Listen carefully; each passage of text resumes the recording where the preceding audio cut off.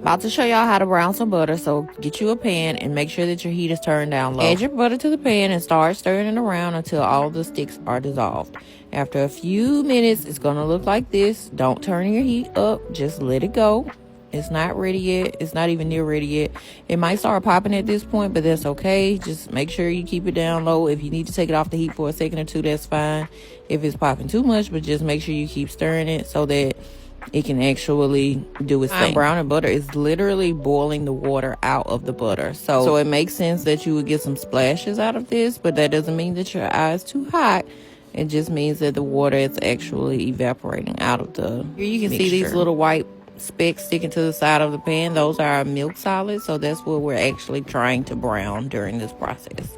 So make sure you scrape those down. In case you need to hear me say it again, please keep your eye on low. Thank you.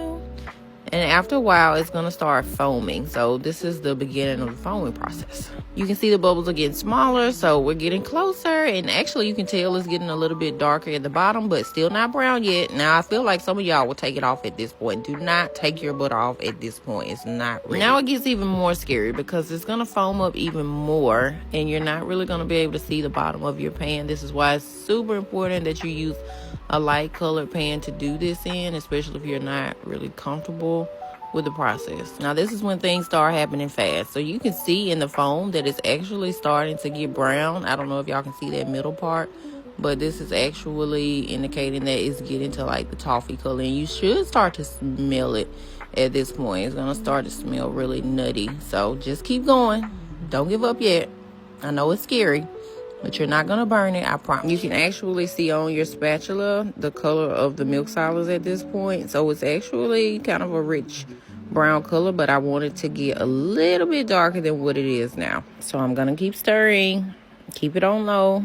At this point, you might could even turn off your eye if you're really afraid of burning it, or if you're okay with this color, but I want to get a little bit deeper than this. So now we're just a little bit darker, so I'm happy with this. I think this is a good color. As you can see, there's so many solids on the bottom of this pan, so this is, you know, what we want to make sure we actually scrape out of the pan once we pour it into our container. I like to put mine into just a glass measuring cup and put it in the refrigerator to let it cool down a little bit more quickly while I'm actually working on portioning